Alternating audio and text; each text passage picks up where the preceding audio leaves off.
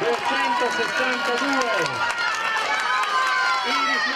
Iris Loni, 266, Giovanni Martina e Veronica Stefanopolis, bravissime. Applaudite, che questa è una gioia per il cuore, i familiari, su, bravi bambini!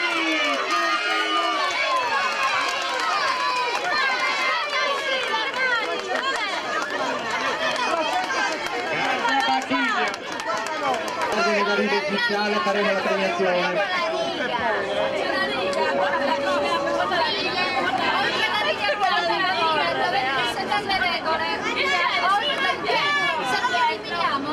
Oltre la linea bianca, ok?